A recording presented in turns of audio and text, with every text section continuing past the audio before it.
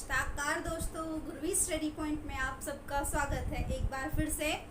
चलिए, हमारा क्या चल रहा था, जिला की सीरीज हम लोग कर रहे थे। हरियाणा जीके की आपकी क्लास रहेगी। तो हमारी क्लासेस आप सबको पता है सीईटी के लिए स्पेशल क्लासेस ये चल रही हैं। तो सीईटी के लिए हमारे जो जिले चल रहे थे, हरियाणा जीके के जो जिले चल रहे थे, हरियाणा के 22 जिलों के बारे में हम बात करते हैं, जिसमें से हम 3 जिले पहले कर चुके हैं। आज हम करते हैं रोहतक जिला।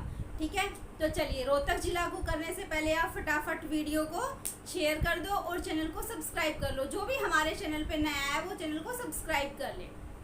तो चलिए, हम बात करते हैं रोहतक जिले की। उससे पहले एक छोटी सी इन्फॉर्मेशन मैं आपको दे दूं कि आप सीईटी की तैयारी कर रहे हैं आप सब लोग, तो सीईटी की एग्ज़ाम डेट में भी आ गई है। तो उसको लेके मैं आपको एक अलग से वीडियो बना दूंगी। तो ये मंडे को मतलब पता चल जाएगा कि सीईटी की डेट कौन सी है। अभी तक मतलब ये तो नहीं है, बट 11 या फिर 18 सितंबर की डेट आई है आपकी। तो चलिए, फटाफट तैयारी में जुट जाइए और हम करते हैं अपना रोहतक जिला। तो आप देखिए, रोहतक जिला कहाँ से शुरू करते हैं हम लोग। तो ये आपको पहले भी पता है कि हमारा हरियाणा कब बना था, 1 नवंबर 1966 को।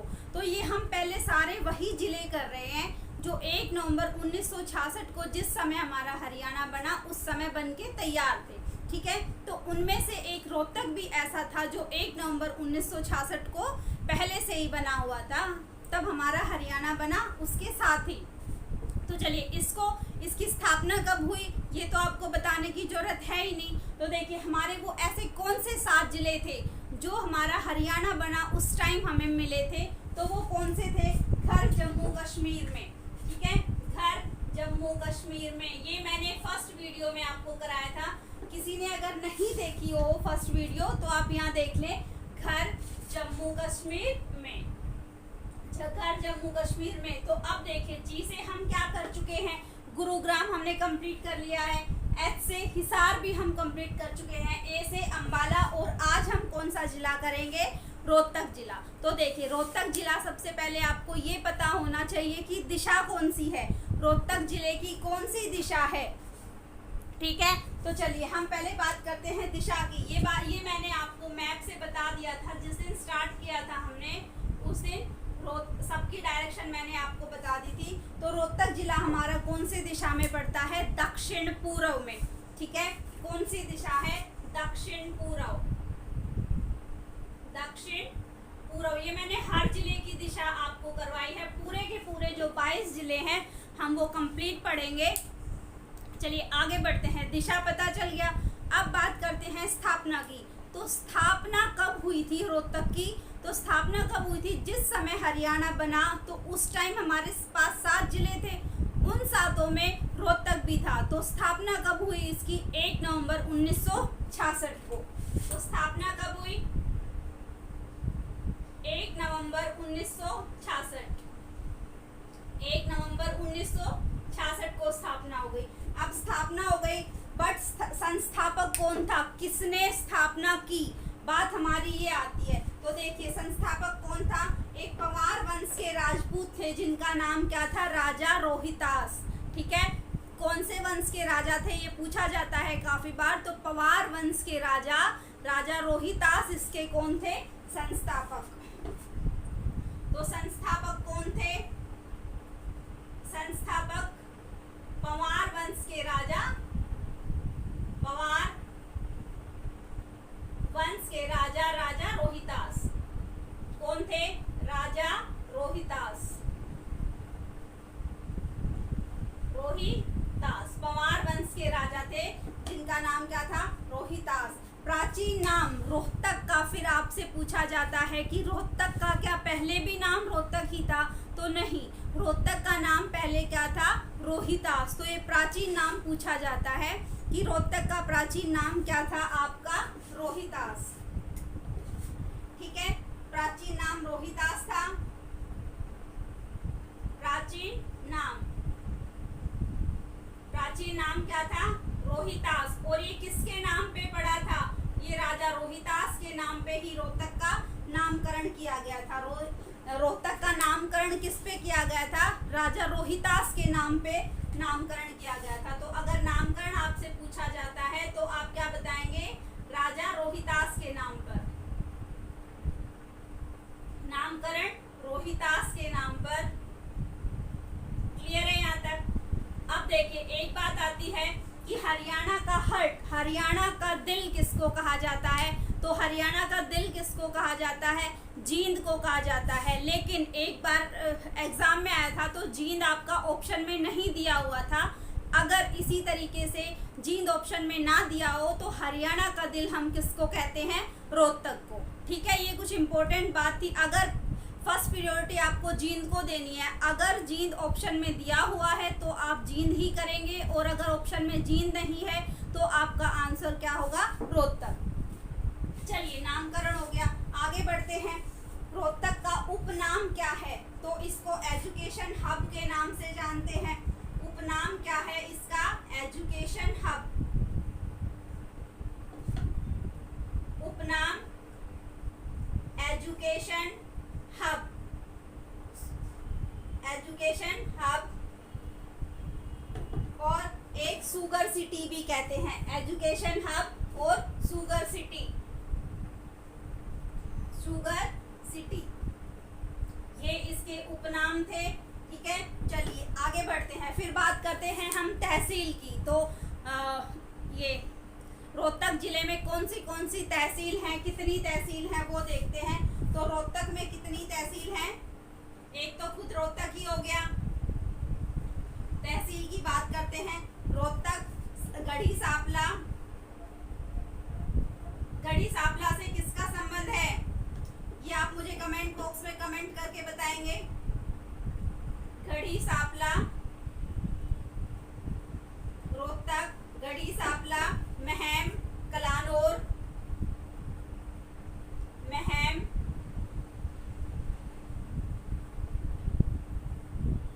महम, कलानौर, और एक क्या बच गया आपका?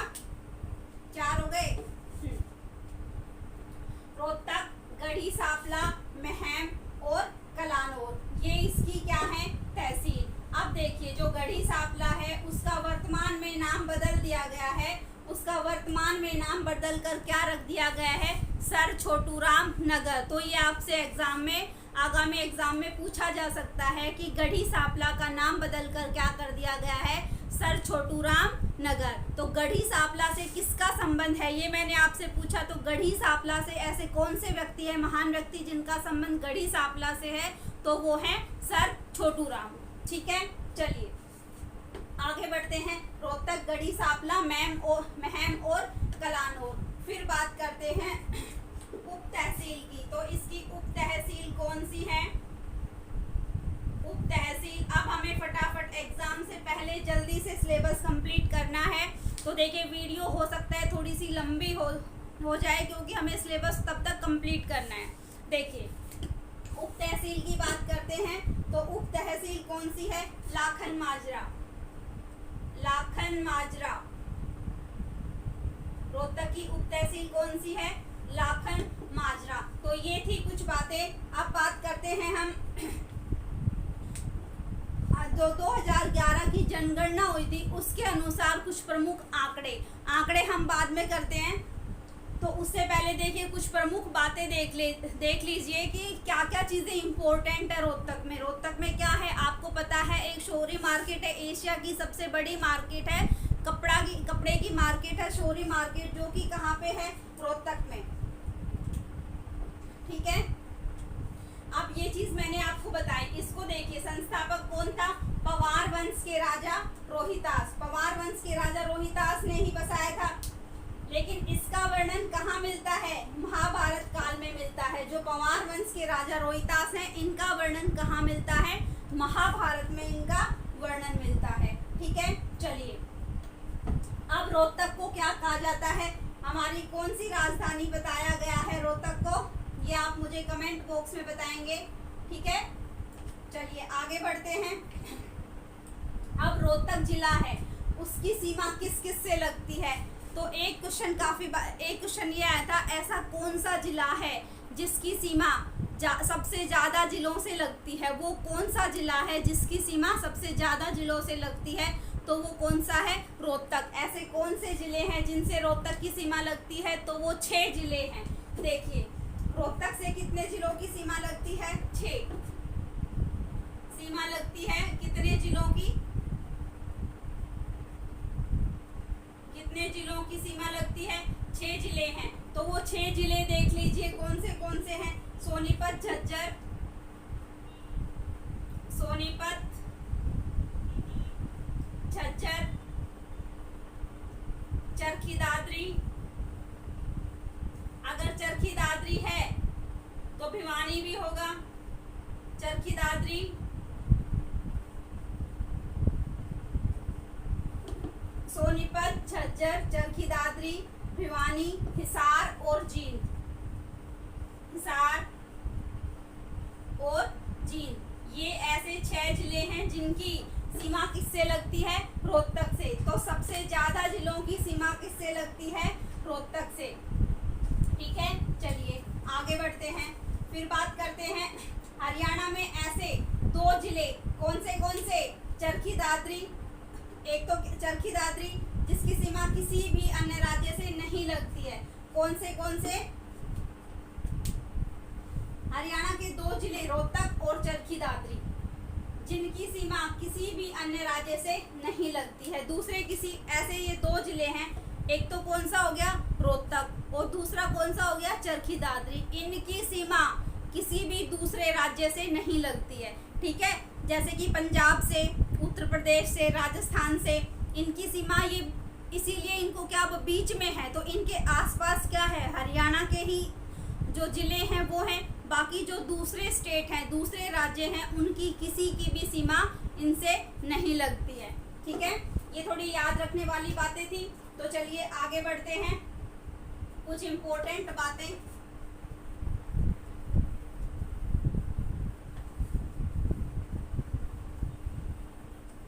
रोहतक के बारे में कुछ इम्पोर्टेंट बातें करते हैं। तो देखिए, रोहतक में क्या क्या चीजें फेमस हैं वो देखिए। सबसे पहले क्या है? एक university, Maharshi Dayanand university, MDU। MDU की स्थापना कब की गई थी रोहतक में? 1976 में। कब की गई थी? MDU विश्वविद्यालय। MDU विश्वविद्यालय, ये आप सबको पता है कहाँ पे है? रोहतक में। इसकी स्थापना कब की गई थी? 1976 में। तो आपको ये डेट याद रखनी है, 1976 MDU। फिर दूसरा है पंडित भगवत दयाल शर्मा कॉलेज, जो कि 2008 में खोला गया था। पंडित भगवत दयाल शर्मा कॉलेज, पंडित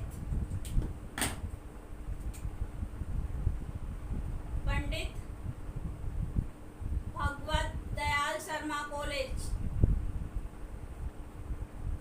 2008 में। अब देखिए, ये MDU है। MDU की खास बात क्या है? ये अब MDU है 1976 में खोली गई। आपको ये बताना है मुझे कि MDU का जो ब्रांड एम्बेसडर है वो कौन है। तो MDU के ब्रांड एम्बेसडर कौन है? साक्षी मलिक। ठीक है, इसके ब्रांड एम्बेसडर कौन है? साक्षी मलिक। साक्षी मलिक। आप लोग आंकड़े जो है वो तो आप किसी भी बुक से याद कर लेते हैं। ठीक है, जैसे क्षेत्रफल हो गया, जनसंख्या हो गई, साक्षरता दर, ये आपको सब हर जगह मिलते हैं, हर बुक से आप पढ़ लेते हैं। तो ये कुछ ऐसे इम्पोर्टेंट पॉइंट्स थे जो मैं आपको पहले करवा रही हूँ। तो MDU की स्थापना कब हुई थी? 1976 में, 1976 में। इसकी ब्रांड एम्बेसडर कौन है? साक्षी मलिक। और क्या है? पंडित भगवत दयाल शर्मा, जो कब खुला? 2008 में। चलिए अब बात करते हैं 1917 की बात करते हैं। रोहतक में होम रूल आंदोलन का नेतृत्व किसने किया था? पंडित नेकीराम शर्मा ने। 1917 में कहाँ पे? रोहतक में। किसका? होम रूल आंदोलन का नेतृत्व किसने किया? पंडित नेकीराम शर्मा ने। होम रूल आंदोलन का नेतृत्व किसने किया था? पंडित नेकीराम शर्मा ने। होम रूल आंदोलन कब? 1917 में। इसका नेतृत्व किसने किया था? पंडित नेकीराम शर्मा। अब पंडित नेकीराम शर्मा ने क्या? पंडित नेकीराम शर्मा का संबंध अगर पूछा जाता है तो किस जिले से है? तो पंडित नेकीराम शर्मा का संबंध भी किस जिले से है? तो ये है पंडित नेकीराम शर्मा का संबंध रोहतक जिले से है।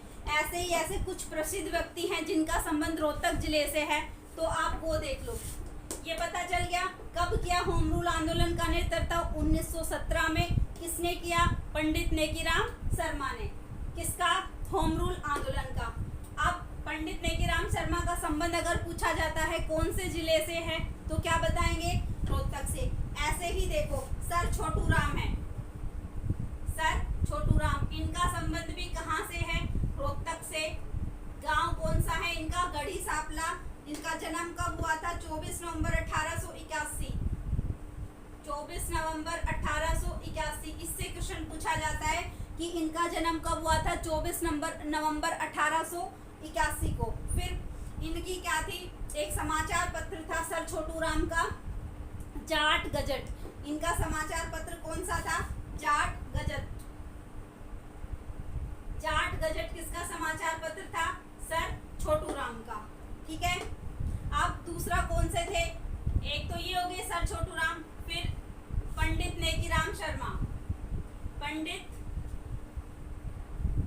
नेकीराम शर्मा, इनका संबंध भी किससे है? इनका संबंध भी रोहतक जिले से है। ठीक है।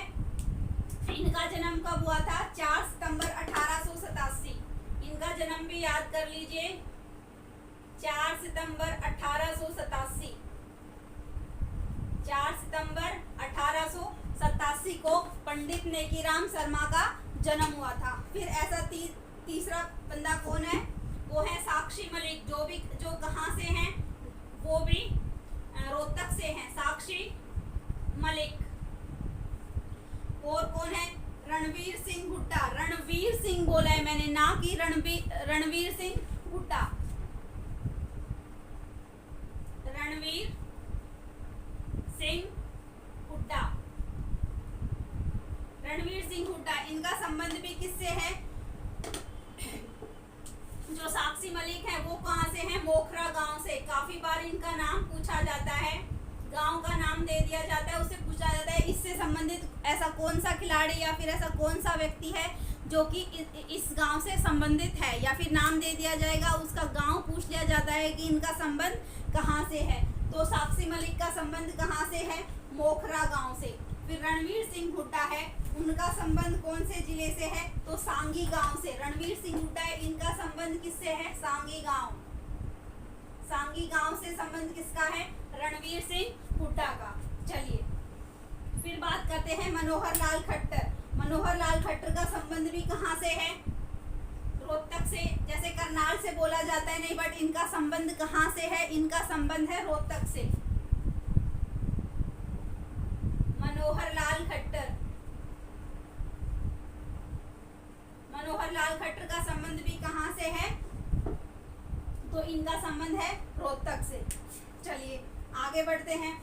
इनका गांव का नाम क्या है? जो मनोहर लाल खट्टर हैं, इनके गांव का नाम क्या है? निंदाना गांव, जो कि महम तहसील में है निंदाना गांव। वर्तमान में जो मुख्यमंत्री है हमारे, इनका जन्म हुआ था निंदाना गांव में। निंदाना गांव, निंदाना गांव तहसील, हाँ तहसील है इनकी ये महम। ठीक है। चलिए आगे बढ़ते हैं। 1917 की बात कर ली हमने, होम रूल आंदोलन की। फिर देखिए 1926 में पंडित नेकीराम शर्मा के नाम से हरियाणा का पहला कॉलेज रोहतक में खोला गया था। 1926 में खोला गया था कॉलेज पंडित नेकीराम शर्मा के नाम से। ठीक है। हरियाणा का ये पहला कॉलेज था जो कि कहाँ खोला गया था? रोहतक में। पंडित नेकीराम शर्मा का जन्म कब हुआ? 4 सितंबर 1887 को। इनके नाम से ही रोहतक में पंडित नेकीराम शर्मा कॉलेज खोला गया, जो कहाँ पे है? रोहतक में। ठीक है। चलिए आगे बढ़ते हैं। ये आप नोट, इसको लिखा देती हूँ मैं। 1926 में क्या खोला गया? पंडित नेकीराम शर्मा कॉलेज। पंडित नेकीराम शर्मा कॉलेज, जो कि क्या था? हरियाणा का पहला कॉलेज था, जो कि हरियाणा का पहला, ये पहला वर्ड है, ये इस पे आपको फोकस करना है। ठीक है। हरियाणा का पहला कॉलेज कौन सा था? पंडित नेकीराम शर्मा कॉलेज, जो कि कहाँ खोला गया था? रोहतक में। फिर 1926 की बात आ गई। फिर आती है एक चीज 1929 में देखिए क्या हुआ था कि मोतीलाल ने रोहतक में अपनी पहली सभा की थी। मोतीलाल ने अपनी पहली सभा कहाँ पे की थी? रोहतक में। 1929 में मोतीलाल ने अपनी सभा की कहाँ पे? मोतीलाल ने पहली सभा की, पहली सभा। तो जो पहला या पहली है इस पे आपको फोकस करना है। मोतीलाल ने अपनी पहली सभा कहाँ पे की थी? रोहतक में। कब की थी? 1929 में। और 1926 में पंडित नेकीराम शर्मा के नाम से क्या खोला गया था? हरियाणा का पहला कॉलेज। ठीक है, आगे बढ़ें, चलिए आगे की तरफ चलते हैं। हरियाणा में क्या है? 3 आकाशवाणी केंद्र हैं, ये आपको पता है। तो सबसे पहला आकाशवाणी केंद्र कौन सा था? रोहतक। ठीक है, कुल कितने आकाशवाणी केंद्र हैं? 3 आकाशवाणी केंद्र हैं।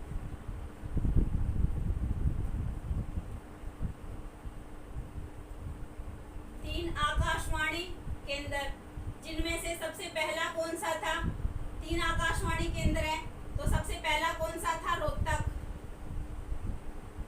ठीक है, इसकी डेट देखिए, पहले मैं तीनों बता देती हूँ कौन से थे।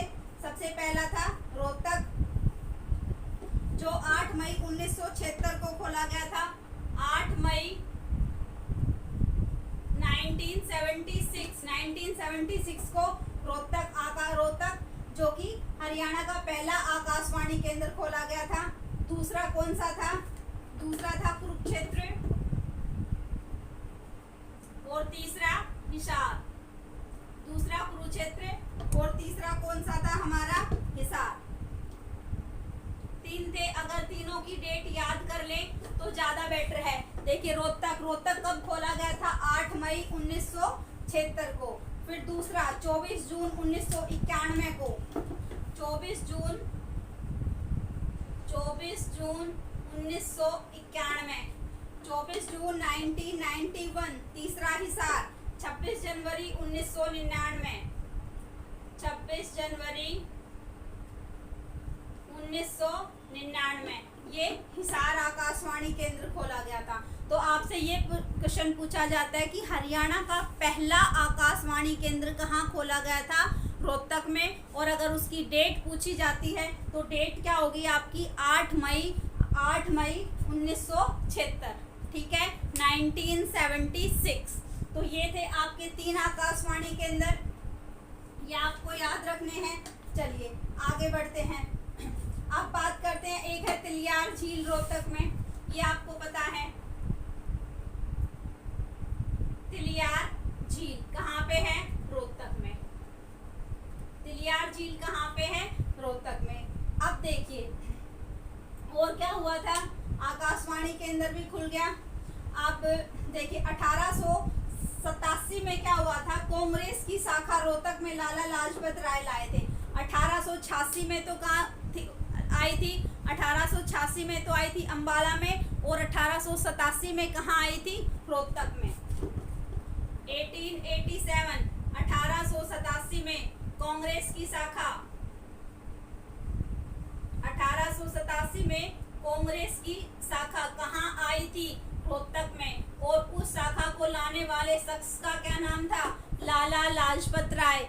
ये छोटी छोटी चीजें 3 पॉइंट्स आपको याद करने हैं। कांग्रेस की शाखा कब आई? 1887 में। कहाँ आई? रोहतक में। कौन लेके आया था? लाला लाजपत राय। तो इन तीनों में से कोई भी आपसे डायरेक्ट क्वेश्चन पूछा जा सकता है। कांग्रेस की शाखा रोहतक में कौन लेके आया था? लाला लाजपत राय। लाला लाजपत राय। और अगर ये पूछा जाता है कि 1886 में कहाँ पे लाई गई थी, तो वो भी मैंने लास्ट क्लास में आपको बताई थी। तो 1886 में कहाँ पे आई थी? ये अंबाला में, जो कि मैंने लास्ट कल की क्लास है, आप उसको देखिए। उसमें मैंने जो भारतीय राष्ट्रीय कांग्रेस है ये कंप्लीट कराया हुआ है। इसकी स्थापना कब हुई? पहली शाखा इसकी कहाँ आई? ये कंप्लीट मैंने जो अंबाला वाली वीडियो है उसको जाके देखिए आप, उसमें कंप्लीट करा दिया है ये। तो चलिए 1887 में कहाँ आई थी? रोहतक में। कौन लेके आया था इसको? लाला लाजपत राय। फिर 1927 में क्या हुआ था? साइमन कमीशन शुरू। साइमन कमीशन शुरू कब हुआ था? साइमन कमीशन 1927 में। बट इसका विरोध कहाँ से शुरू हुआ था? इसका विरोध की इसका 1928 में जो साइमन कमीशन है उसके विरोध का प्लान कहाँ पे बनाया गया? उसका विरोध करने का जो प्लान है वो कहाँ बनाया गया था? वो रोहतक में बनाया गया था। और कब बनाया गया था? 1928 में। 1928 में साइमन कमीशन के विरोध का प्लान, साइमन कमीशन का जो विरोध है उसका प्लान, विरोध की योजना, मीन्स प्लान लिख लो या फिर योजना का प्लान कहाँ पे बनाया गया था? ये इसका प्लान रोहतक में। ठीक है, चलिए आगे बढ़ते हैं। साइमन कमीशन की का जो विरोध किया गया था उसका प्लान कहाँ पे बनाया गया था? रोहतक में। देखिए आगे के पॉइंट्स देखते हैं। अब एक चीज और आती है कि रोहतक में क्या है? रोहतक कहाँ पड़ता है? रोहतक एनसीआर में पड़ता है, ये आप सबको पता है। तो हम बात करते हैं एनसीआर में तो पड़ता है, बट एनसीआर की शुरुआत कब हुई थी? तो एनसीआर की शुरुआत, जो चीजें आपको पता है उस पे फोकस नहीं करना, जो नहीं पता उस चीज को देखिए। रोहतक एनसीआर में आता है। तो एनसीआर की स्थापना हम जानते हैं कि एनसीआर की स्थापना कब हुई थी? 1985 में बना। एनसीआर कब बना? 1985। ठीक है, 85 में बन गया। अब इसका हमारे हरियाणा से क्या रिलेशन है वो देखते हैं। ठीक है, 1985 में बना। तो कौन कौन से जिले हैं जो एनसीआर में आते हैं ये आप मुझे कमेंट करके बताएंगे। ठीक है, कमेंट बॉक्स में बताना। मैंने आपको रोहतक बता दिया, रोहतक एनसीआर में आता है, गुड़गांव एनसीआर में आता है, रेवाड़ी एनसीआर में आता है। तो ऐसे कितने जिले हैं हमारे जो कि एनसीआर के अंदर आते हैं, ये आप मुझे कमेंट बॉक्स में कमेंट करके बताइए। ठीक है, चलिए आगे बढ़ते हैं। फिर एक चीज देखिए, एक रोहतक में क्या है? IIM, Indian institute of management. कहाँ पे है? IIM, Indian institute of management. Indian institute of management कहाँ पे है? रोहतक में। इंडियन इंस्टीट्यूट ऑफ मैनेजमेंट जो कहाँ पे है? हमारा रोहतक में। ये आपको दिख नहीं रहा नीचे, इसको मैं ऊपर लिख देती हूँ। IIM, इंडियन, इसकी फुल फॉर्म भी पूछ सकता है, Indian institute of management. Indian institute of management ये हमारा कहाँ है? रोहतक में। ठीक है, चलिए अब बात करते हैं कुछ ये जो 2011 के अनुसार कुछ आंकड़े थे उनको कर लेते हैं पहले। तो ये चीज क्लियर हो गई। चलिए अगर क्लियर है तो आगे बढ़ते हैं। फिर उसके बाद मेले और वो हम बाद में करेंगे। तो पहले उससे पहले हम कुछ आंकड़े हैं उनको कर लेते हैं। तो 2011 की जनगणना के अनुसार आप ये बताइए मुझे कि रोहतक का जो क्षेत्रफल है वो कितना था? 1745। कितना था? 1745। ये तो आपको रटना पड़ेगा। 2011 की जनगणना के अनुसार प्रमुख आंकड़े, ऐसे ही लिखो। 2011 के अनुसार प्रमुख आंकड़े। तो प्रमुख आंकड़े क्या थे? सबसे पहले बात करते हैं क्षेत्रफल की, क्षेत्रफल। फिर बात करते हैं जनसंख्या की, क्षेत्रफल, जनसंख्या, लिंगानुपात, लिंगानुपात, साक्षरता दर,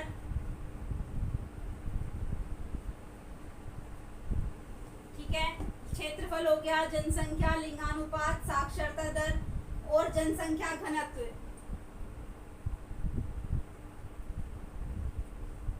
जनसंख्या घनत्व।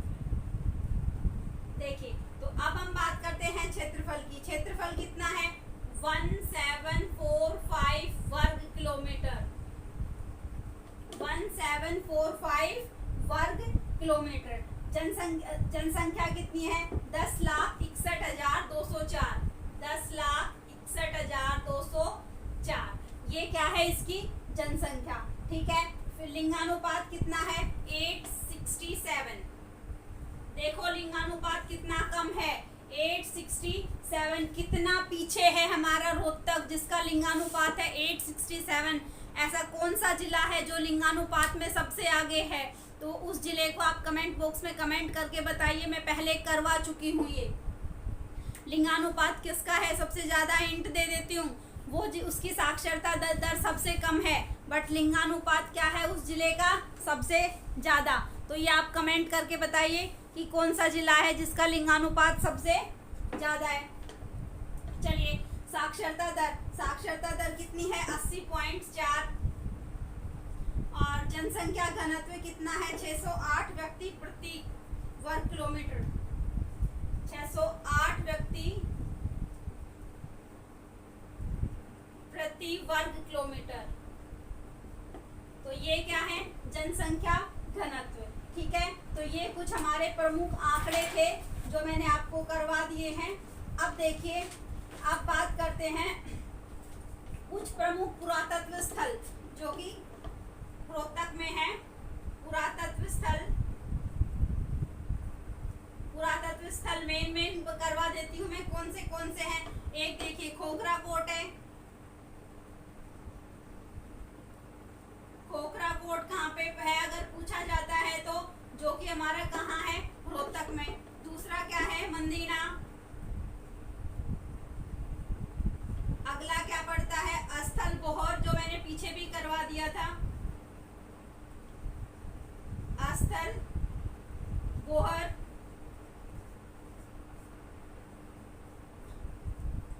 ठीक है, और एक पड़ता है हमारा फरमाना। दक्षखेड़ा, ये क्या है? दक्षखेड़ा है। ये राखी गढ़ी के बाद हरियाणा का दूसरा सबसे बड़ा स्थल है। फरमाना जो दक्षखेड़ा है ये कहाँ क्या है? राखी गढ़ी के बाद दूसरा सबसे बड़ा स्थल है। तो ये चीज आपको याद रखनी है। चलिए, अब बात करते हैं कुछ उद्योगों को लेके। बात करते हैं कि रोहतक में ऐसे कौन से मेन उद्योग हैं, उनको देख लेते हैं। ये तो आपके फिक्स क्वेश्चन है। उद्योग कौन से हैं? देखिए, तो वस्त्र उद्योग है। ठीक है, जो ये जिला है ये वस्त्र उद्योग के लिए क्या है? काफी प्रसिद्ध है। ये मैंने आपको बता दिया। इसमें वस्त्र उद्योग के लिए प्रसिद्ध है। तो एशिया की सबसे बड़ी मार्केट है। इसमें कौन सी मार्केट है? शोरी मार्केट है। ठीक है, चलिए आगे बढ़ते हैं। एशियन पेंट के लिए एशियन पेंट उद्योग है यहाँ पे। एशियन पेंट उद्योग। फिर होजरी के लिए ये फेमस है। रोहतक है वो होजरी के काम के लिए क्या है? फेमस माना जाता है। और चीनी मिल है, नट बोल्ट मिल है। चीनी मिल,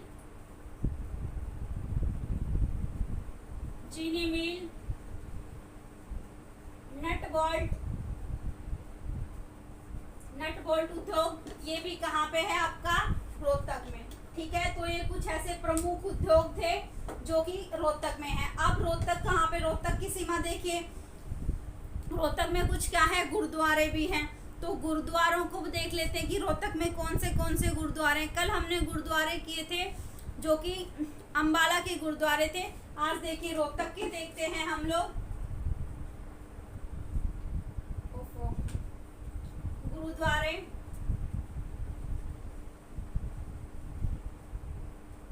गुरुद्वारा देख लो। तो सबसे पहले गुरुद्वारा रोहतक का कौन सा है?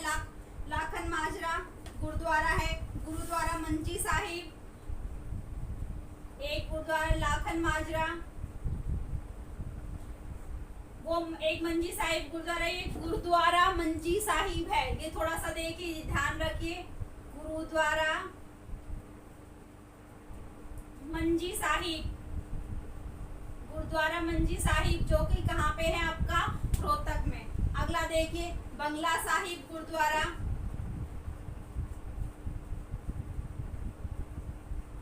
बंगला साहिब गुरुद्वारा,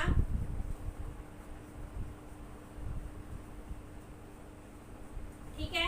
तो ये थे हमारे कुछ गुरुद्वारे जो कि कहाँ पे हैं, रोहतक में। एक है कपास की सबसे बड़ी मंडी, कपास की सबसे बड़ी मंडी भी कहाँ पे है, रोहतक में। तो एक मेन चीज क्या है, कपास की सबसे बड़ी मंडी, मंडी है ये, कपास की सबसे बड़ी मंडी लगती है कहाँ पे, रोहतक में, रोहतक। और अगर फसल पूछा जाए कि रोहतक में सबसे ज्यादा कौन सी फसल होती है, तो वो कौन सी फसल होगी, ज्वार। फसल सबसे ज्यादा कौन सी होती है, ये यहाँ नहीं दिखेगा आपको, देखती हूँ मैं, ये दिख रहा है या नहीं नीचे वाला आपको, कपास की सबसे बड़ी मंडी, हाँ रोहतक, ठीक है। फिर बात करते हैं फसल, अगर फसल पूछा जाता है कि सबसे ज्यादा फसल कौन सी होती है, तो वो कौन सी होगी, ज्वार, ठीक है। और रोहतक में ऐसी कोई भी नदी नहीं है जो बारहमासी नदी हो, ठीक है। चलिए, ये थे कुछ प्रमुख बातें। अब बात करते हैं कुछ पर्यटन स्थल की। ये पुरातत्व स्थल हमने कर लिए, पर्यटन स्थल देखिए कुछ। मैना पर्यटन स्थल, मैना पर्यटन स्थल अगर पूछा जाता है तो कहाँ पे है, भूल भुलैया पर्यटन स्थल,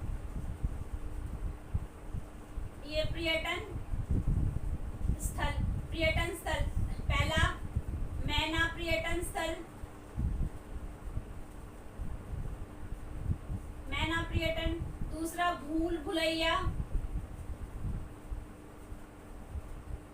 भूल भुलैया। एक क्या आता है, रोहतक चिड़ियाघर, जो कि रोहतक चिड़ियाघर कहाँ पे है, रोहतक चिड़ियाघर भी रोहतक में है, जो जिसकी स्थापना कब हुई थी, 1986 में इसकी स्थापना हुई थी, जो कि हरियाणा का सबसे बड़ा चिड़ियाघर है, ठीक है। जो हरियाणा का क्या है, सबसे बड़ा चिड़ियाघर, 1986 में स्थापना हुई थी रोहतक चिड़ियाघर,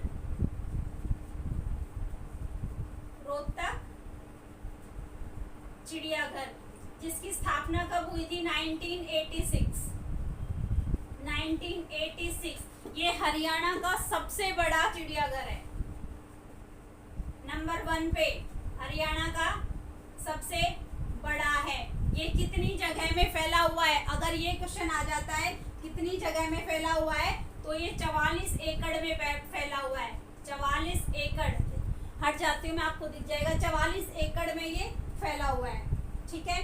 तो ये था चिड़ियाघर की बात। अब देखिए, एक मेन बात क्या आती है कि आप सबको पता है प्रथम विश्व युद्ध के बारे में, तो उसमें सबसे ज्यादा सैनिकों ने कहाँ से भाग लिया था, सबसे ज्यादा सैनिक भर्ती कहाँ से हुए थे, रोहतक से। कहाँ लिखूं इसको, ये रफ कर देती हूँ मैं। प्रथम विश्व युद्ध में सबसे ज्यादा सैनिक भर्ती कहाँ से हुए थे, रोहतक से। तो कुल कितने ऐसे सैनिक थे जो रोहतक से भर्ती हुए थे, 42,144 ऐसे सैनिक थे जो कि रोहतक जिले से भर्ती हुए थे। कब, प्रथम विश्व युद्ध के दौरान। प्रथम विश्व युद्ध में सबसे ज्यादा सैनिक कहाँ से भर्ती हुए थे, रोहतक से। कितने सैनिक भर्ती हुए थे, 42,144, कितने, 42,144 थे सैनिक, जो कि कहाँ से भर्ती हुए थे, हमारे रोहतक जिले से, ठीक है। तो ये थी कुछ। अब मेले देख लेते हैं कि रोहतक में मेले कौन से लगते हैं, इसको कंप्लीट ही करा देती हूँ। मेले एक लगता है यहाँ पे दशहरा मेला, दशहरा मेला अगर आपसे पूछा जाता है तो दशहरा मेला कहाँ लगता है, रोहतक में। फिर लगता है बाबा मस्तनाथ मेला, बाबा मस्तनाथ मेला, बाबा मस्तनाथ मेला कहाँ लगता है, रोहतक में। अगला देखिए बाबा बूढ़ा का मेला, बाबा बूढ़ा का मेला, बूढ़ा का मेला भी कहाँ लगता है, रोहतक में। अगला देखिए बाबा जमुना दास मेला, बाबा जमुना दास मेला, बाबा जमुना दास मेला भी कहाँ पे लगता है, रोहतक में। तो ये थे कुछ मेले गुरुद्वारे हो गए, हमारे मेले हो गए, उद्योग भी हमने कर लिए हैं। चलिए कुछ स्टेडियम की बात कर लेते हैं। जो खेल स्टेडियम कौन से हैं? खेल स्टेडियम कौन से हैं? राजीव गांधी खेल स्टेडियम, बंसीलाल खेल स्टेडियम, सर छोटू राम खेल स्टेडियम। ठीक है, कौन से हैं? बंसीलाल खेल स्टेडियम, छोटू राम खेल स्टेडियम, राजीव गांधी हो गया, फिर बंसीलाल हो गया, बंसीलाल खेल स्टेडियम, फिर सर छोटू राम खेल स्टेडियम, सर छोटू राम खेल स्टेडियम। ये थे हमारे खेल स्टेडियम। चलिए अब बात करते हैं रोहतक क्या है? सबसे बड़ा मंडल है। एक चीज आती है, रोहतक हमारा क्या है? मंडल है। अगर ये पूछा जाता है कि सारे 22 जिलों में से सबसे बड़ा मंडल कौन सा है, तो वो कौन सा होगा? रोहतक, जिसमें कि कितने जिले आते हैं रोहतक मंडल में? हमारे पास 5 जिले आते हैं। तो ये मैं लिखवा नहीं रही हूँ। अब देखिए, अब एक चीज है, वर्तमान में लोकसभा का सदस्य कौन है? वर्तमान में अभी यहाँ से लोकसभा का सदस्य कौन है?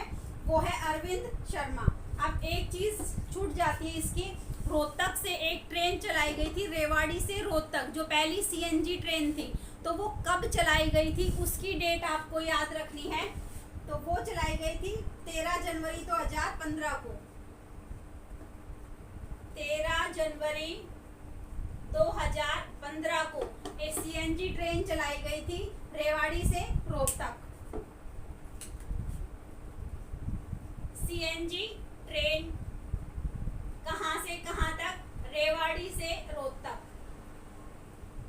रेवाड़ी से रोहतक।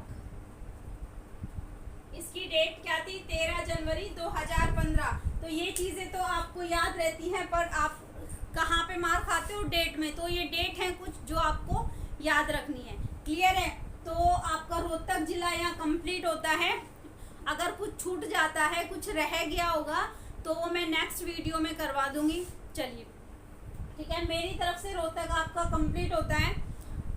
तो कल हम करेंगे नेक्स्ट जिला, अगला जिला हम करेंगे जींद करते हैं।